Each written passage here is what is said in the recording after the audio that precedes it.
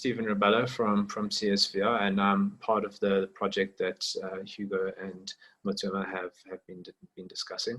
And part of what I wanted to do was also just to share a bit more about this project. So part of the project is to investigate the role of public sector employment and livelihood support programs in promoting socioeconomic inclusion of youth, and also hoping to prevent violence.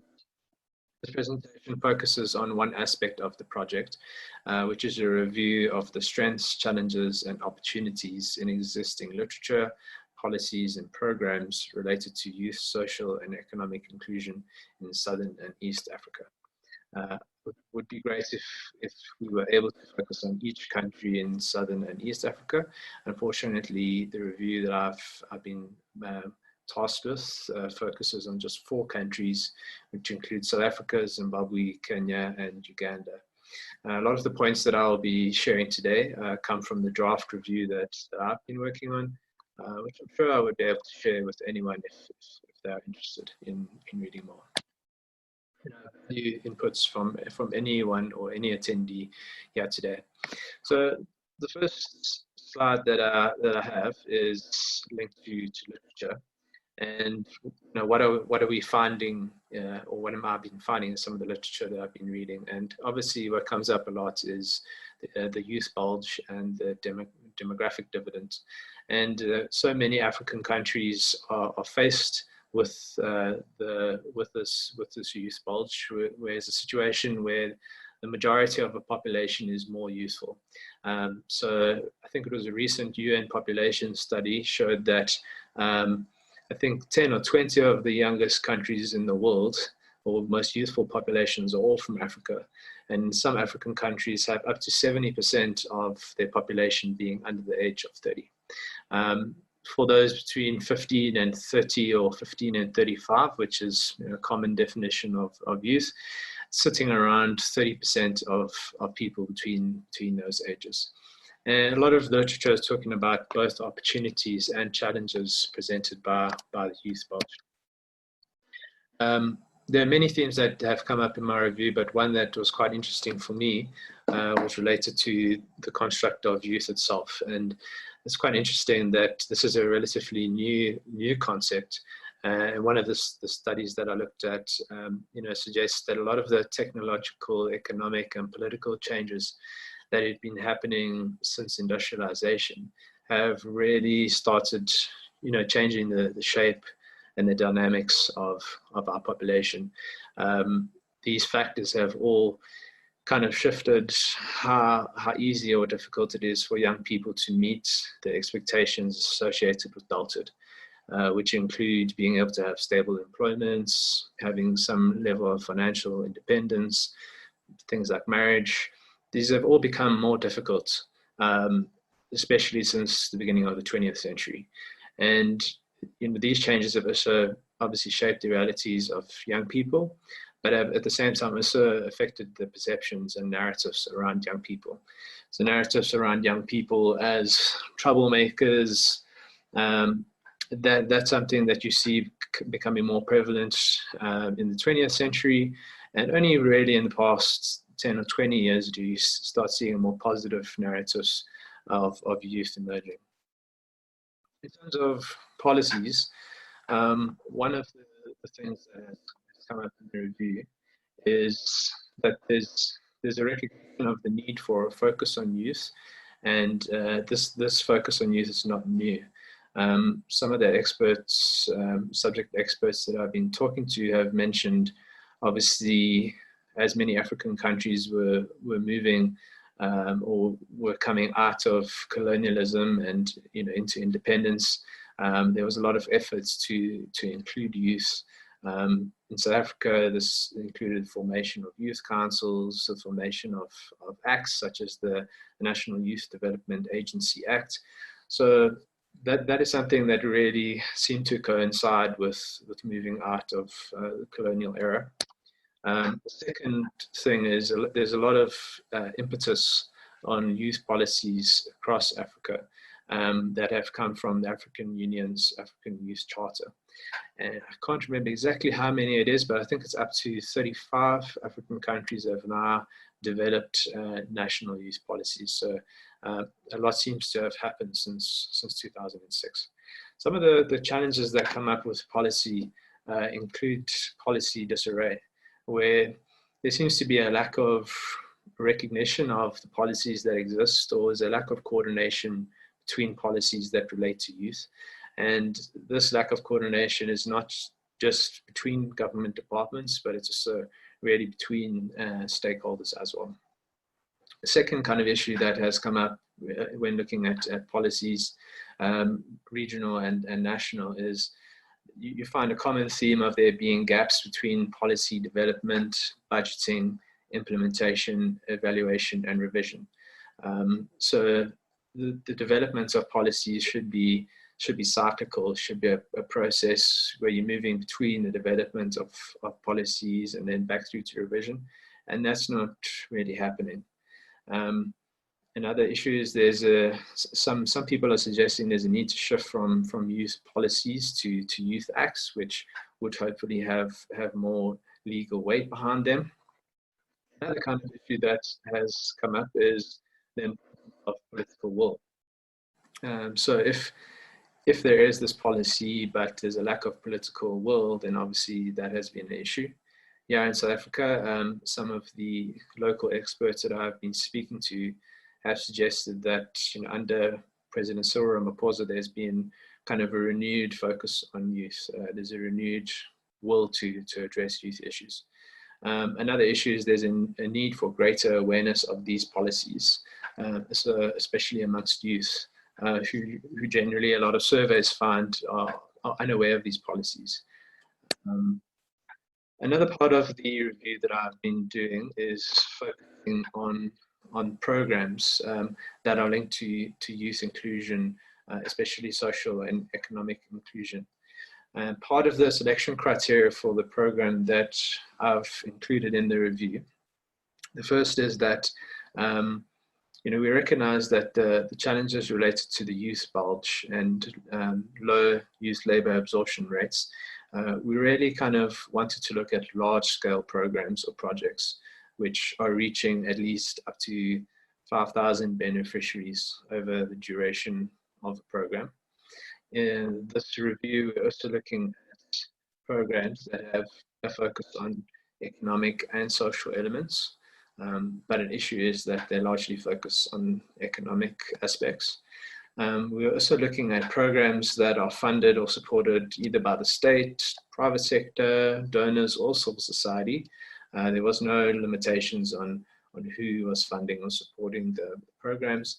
And the last element of the programs that are included in the review is that we were hoping there was some element of project evaluation, which would allow us to obviously take some key lessons from these projects. This is just a list of the 6 programs that I have included in the review. And as mentioned, I'd appreciate any inputs that anyone has on these. So it includes the Youth Development Program in Uganda, the Northern Uganda Youth Entrepreneurship Program, the Kenya Youth Empowerment Project, the Employment Tax Incentive here in South Africa, Harambee Youth Employment Accelerator, and the Zimbabwe Youth Empowerment Program.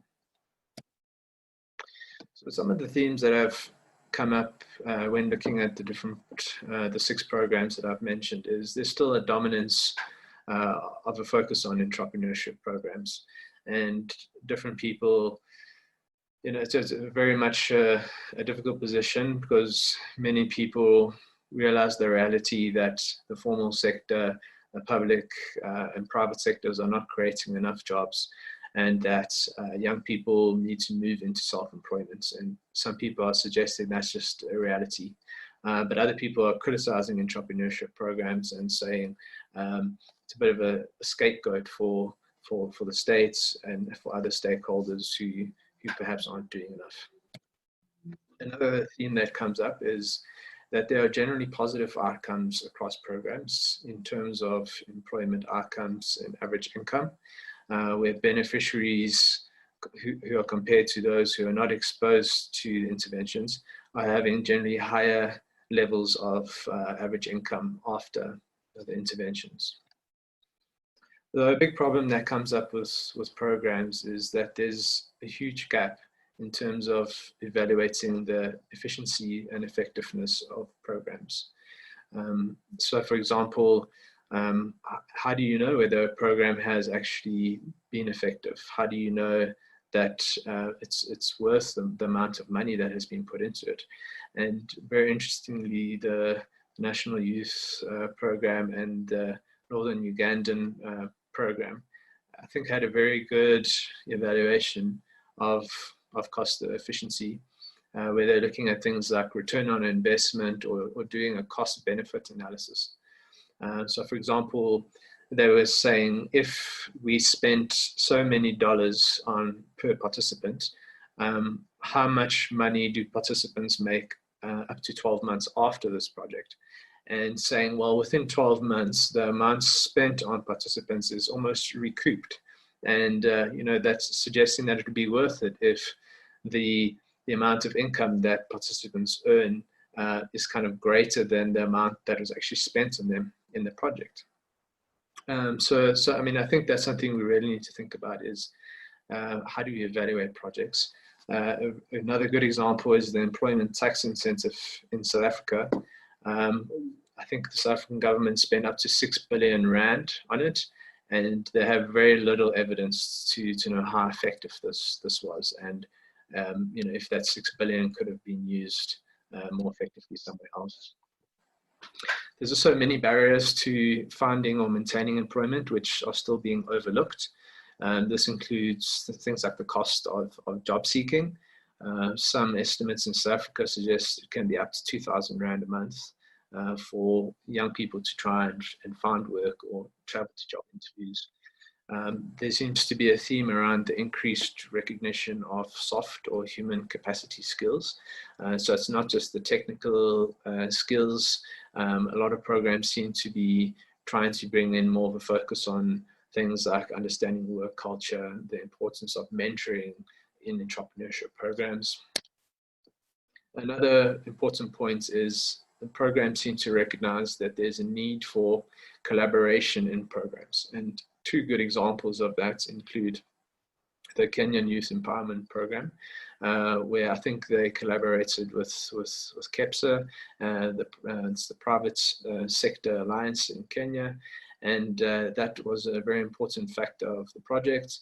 And here in South Africa, the Harambee Youth Employment Accelerator program, there's very much a strong focus on working with the private sector, doing things like matching, speaking to employers to find out what are the challenges or some of the opportunities that they're experiencing. Another thing is that the best type of program seems to be what is called a comprehensive approach, where you're focusing on both the supply side, so you're focusing on young people and their needs, but also focusing on the demand side, which is obviously the employers and the interaction between the supply and the demand side. If another example of that is Harambee. And again, there seems to be still a neglect of the demand side and really what our employers kind of looking for. A good example for Harambee was making simple changes to human resource processes. A lot of young people couldn't afford to pay for transport costs upfront, and to travel for work for a month and only be paid at the end of the month, that seemed to be unsustainable for many young people. So Harambee is doing something simple like encouraging employers to provide a stipend or to provide young people with a travel allowance weekly instead of at the end of the month to try and retain young people. Issues of program sustainability is another problem that seems to have come up. And again, a lot of these programs are based on grants or sometimes loans that need to be repaid. And there's also a need to evaluate these projects and to say, well, is it a value for money? Is it worth the amount of money that we're putting into these projects?